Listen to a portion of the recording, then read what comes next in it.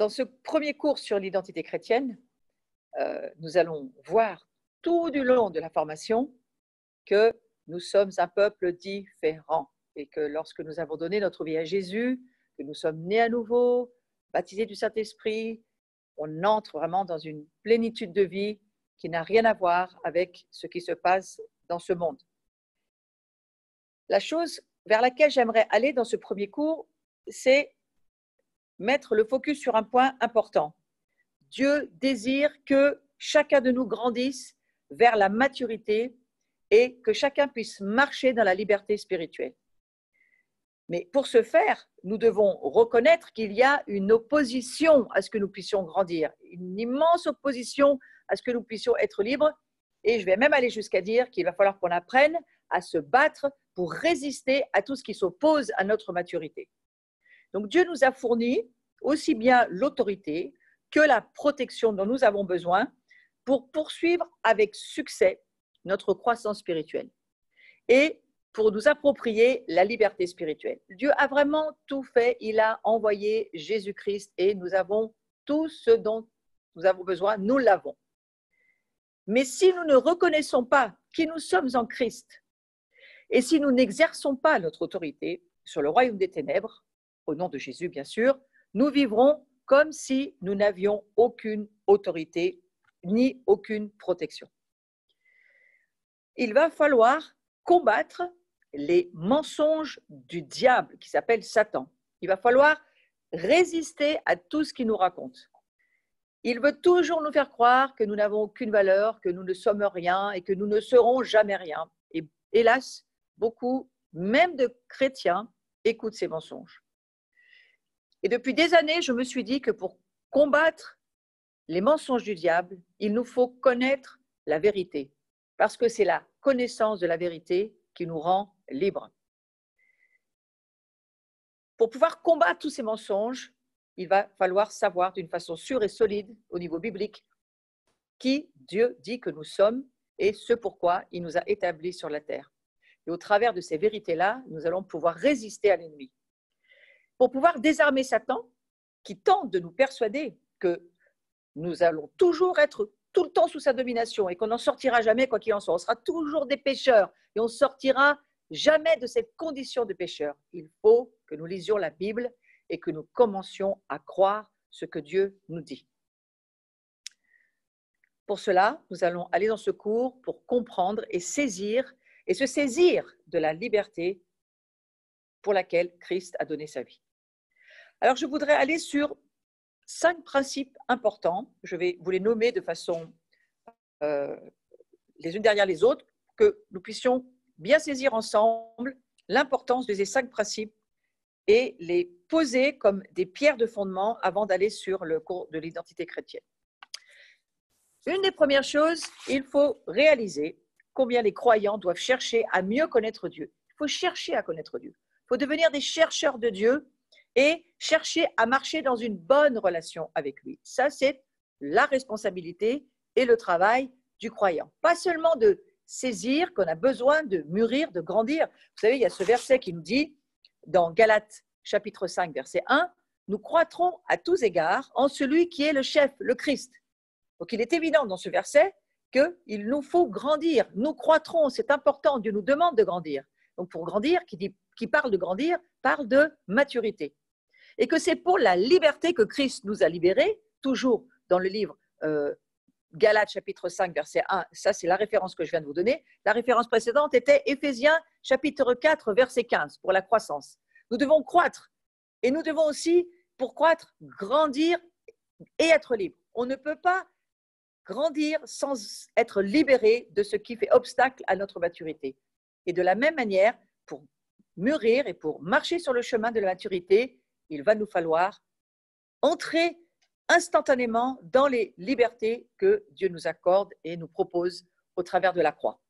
Donc, c'est la responsabilité de chaque croyant. C'est une responsabilité personnelle qui nous incombe de rechercher ces choses. Il faut rechercher la maturité, il faut rechercher la liberté et pour cela, bien sûr, il faut exercer l'autorité que Jésus nous a redonnée lorsqu'il a gagné la victoire sur la croix sur l'ennemi. Donc, les croyants doivent en premier, je le redis, chercher à mieux connaître Dieu et surtout marcher dans une bonne relation avec Dieu. La deuxième chose que les croyants doivent faire, c'est important de le comprendre, ils doivent comprendre leur identité réelle en Jésus-Christ. C'est le but de ce cours. Qui sommes-nous réellement? Qu'est-ce que Dieu dit de qui nous sommes dans la parole de Dieu? Et bien entendu, la réponse, c'est que nous sommes devenus des enfants de Dieu par la foi, mais que bien souvent, nous ne vivons pas comme des enfants adultes de Dieu, mais nous ne vivons pas dans la liberté et dans la maturité. Nous vivons encore sous des tas de jougs pour lesquels il faut apprendre à résister et à se libérer. Un troisième point important sur lequel j'aimerais aller, les croyants doivent reconnaître que Satan et son royaume sont réels, tout comme son objectif qui est de tromper et de détruire le peuple de Dieu. Nous avons une vraie bagarre, une vraie guerre pour non seulement recevoir notre identité en Christ, aller la chercher, la saisir, mais Satan va tout faire pour que jamais nous puissions découvrir qui nous sommes. Et ça, c'est un des buts de son travail, c'est de nous obscurcir la pensée et de vraiment tout faire pour que nous ne croyions pas Dieu. Jésus dira à ses disciples, repentez-vous et croyez à la bonne nouvelle.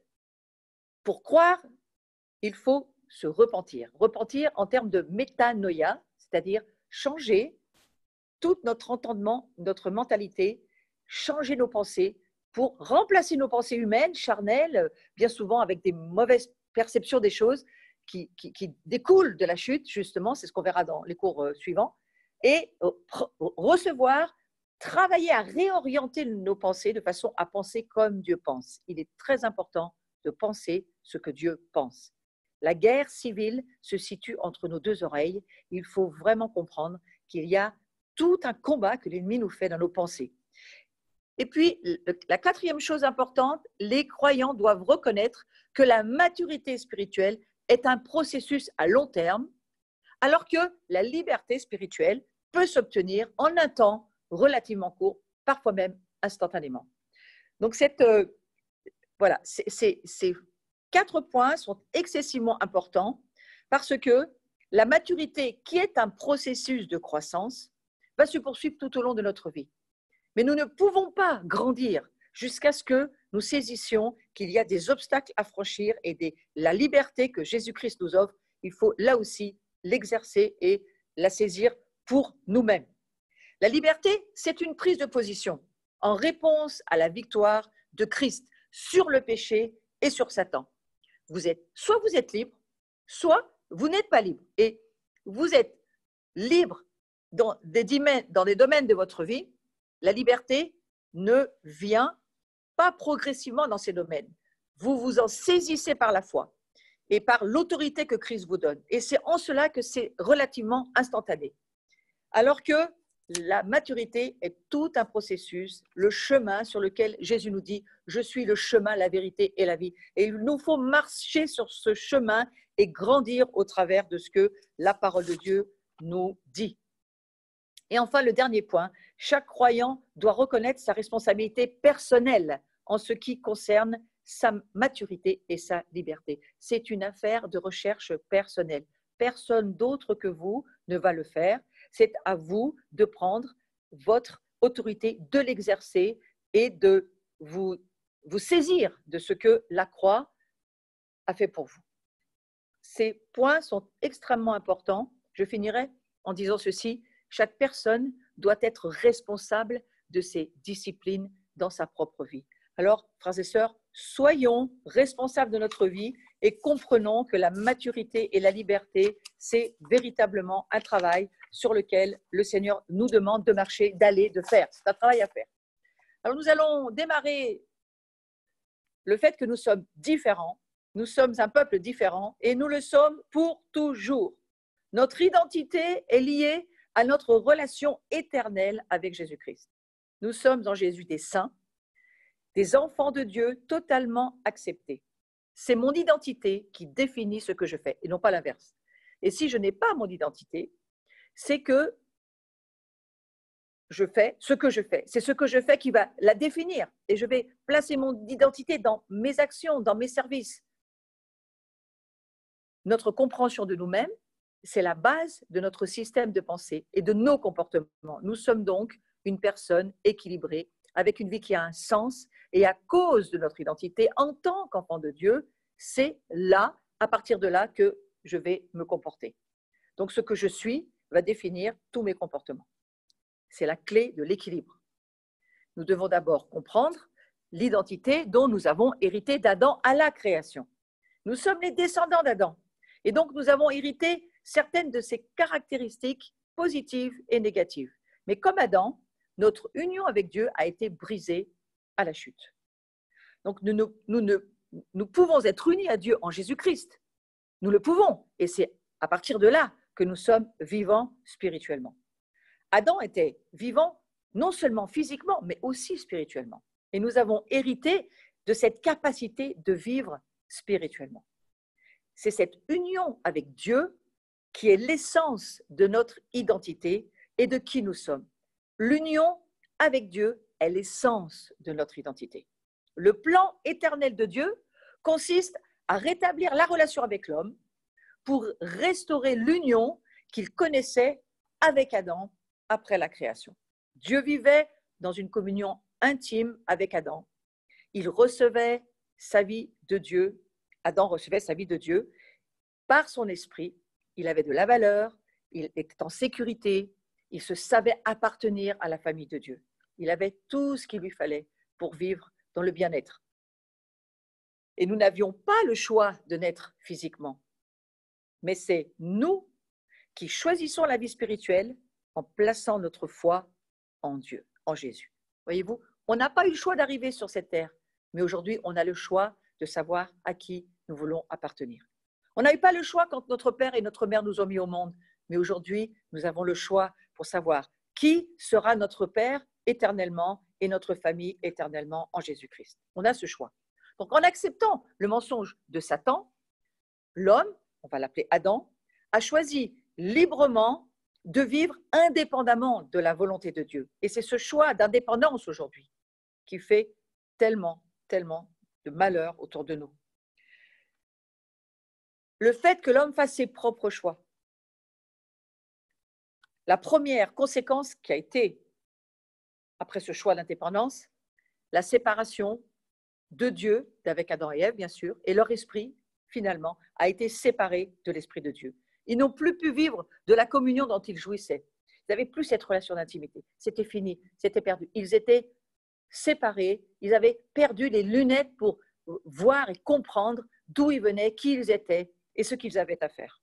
Leur union a été totalement brisée à la chute.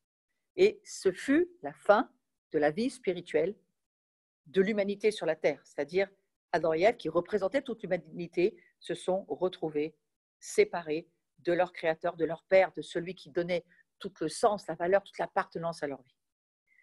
Donc on peut dire que être spirituellement vivant, c'est être en union avec Dieu en étant en Christ.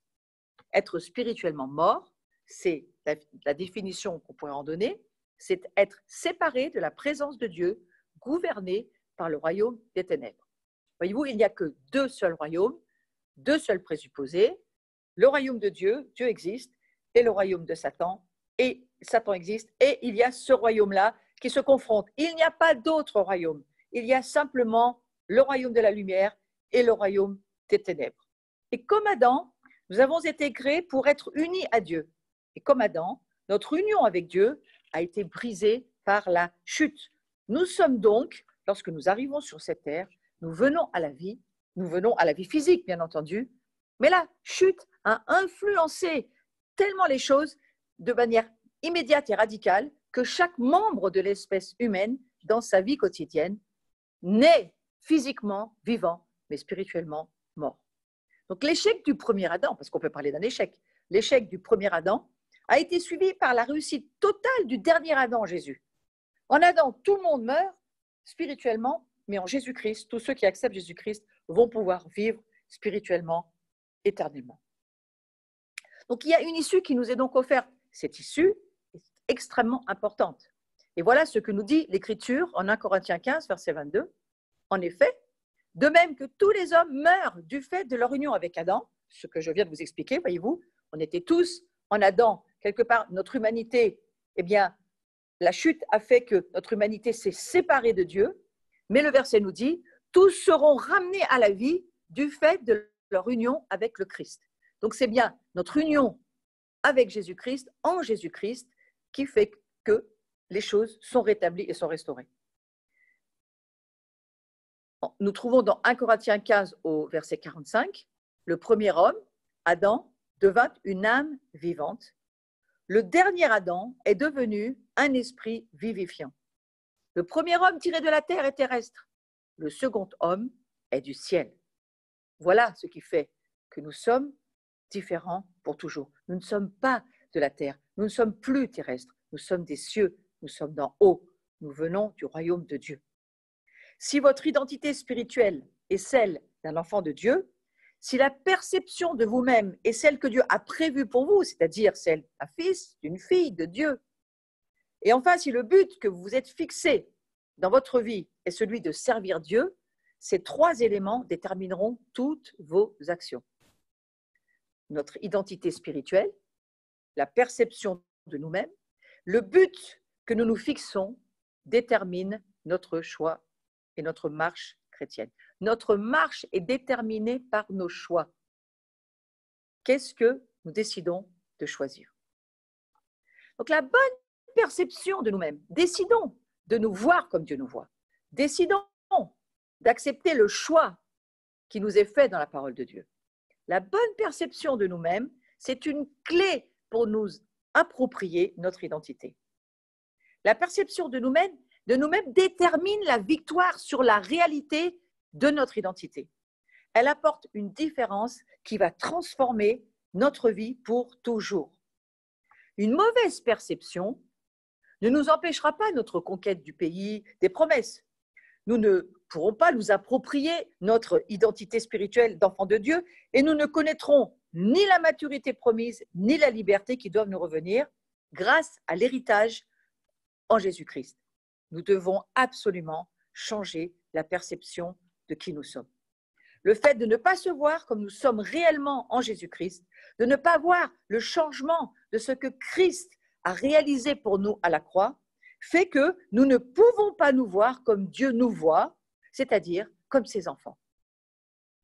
Une mauvaise perception de nous-mêmes nous rend incapables de nous voir comme nous sommes réellement en Christ. Nous ne pourrons pas comprendre ce changement opérer. Nous ne le verrons pas. Nous ne pourrons pas placer notre confiance dans le Seigneur.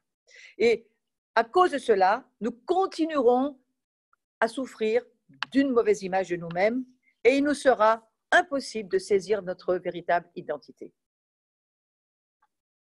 Et là encore, à ce moment-là, nous allons le comprendre le cours suivant, mais combien il sera difficile de continuer notre marche chrétienne si nous nous identifions au mauvais Adam. Il va falloir nous identifier au bon Adam, nous allons le revoir. Si nous nous identifions au premier Adam, dont la triste histoire d'échec est racontée dans les 3 premiers chapitres de la Bible, nous nous considérons bannis du jardin d'Éden, aspirant à y retourner avec une impression qu'on est tout le temps dans l'errance, qu'on est tout le temps en train de rechercher où se trouve vraiment notre relation avec Dieu. Et nous penserons faire partie de la famille, mais on n'en sera jamais sûr. Et puis, on va reproduire et reproduire encore cette incapacité à nous identifier à qui nous sommes vraiment. Nous savons que Adam et Ève ont lamentablement échoué, qu'ils ont perdu à jamais le paradis, puisqu'ils en ont été exclus. Étant leur héritier, nous n'arriverons pas à nous empêcher de répéter leur échec tous les jours de notre vie. Mais une bonne perception de nous-mêmes nous permettra de nous voir comme Dieu nous voit, comme nous sommes réellement en Christ. Et si nous nous identifions au bon Adam, nous pourrons nous voir tel que Dieu nous voit. Donc vous voyez, ce dernier Adam, et ça c'est vraiment la clé, pas seulement de ce cours, mais la clé de la révélation de notre identité, c'est quelque chose, moi personnellement, qui a totalement transformé ma vie intérieure et qui a permis à cette révélation identitaire en Christ de se poser en moi. Il faut réellement saisir que c'est le dernier Adam, c'est-à-dire Jésus-Christ, celui qui va arrêter toute l'histoire terrestre de la chute et tout ce qui venait de la terre et qui était séparé de Dieu, qui va vraiment refaire le pont pour que nous puissions devenir la personne que nous avons toujours été appelés à être, Mais à cause de la chute, il nous était impossible de revenir vers Dieu. Il fallait ce pont, Jésus-Christ, pour nous ramener dans la restauration et dans la pensée de Dieu, de redevenir ses enfants et donc d'être carrément une nouvelle création. Nous sommes devenus une nouvelle création, nous sommes de nouvelles créatures. Les choses anciennes sont passées, toutes choses sont en train de devenir nouvelles, mais toutes choses sont déjà nouvelles en Jésus-Christ. Donc ce dernier Adam, il apporte une différence qui transforme totalement une vie. Et si nous sommes chrétiens, je le redis, nous avons hérité la vie physique d'Adam, mais si nous sommes chrétiens, c'est là que s'arrête la ressemblance. C'est là que s'arrête notre lien avec le premier Adam. Nous avons hérité cette vie physique, oui, mais désormais, nous devons nous identifier au dernier Adam, c'est-à-dire à Jésus-Christ. Jésus-Christ. Nous ne sommes plus exclus de la présence de Dieu. Nous sommes assis avec Christ dans les lieux célestes. C'est ce que nous dit Éphésiens chapitre 2, verset 6. Et la différence entre les deux Adams est une importance éternellement capitale dans notre vie. Nous devons nous assurer que nous nous identifions avec le bon Adam. Et le meilleur résumé de cette différence capitale, nous le trouvons dans 1 Corinthiens 15, 22. C'est un verset tout à fait vital. Et comme tous meurent en Adam, de même, tous revivront en Christ.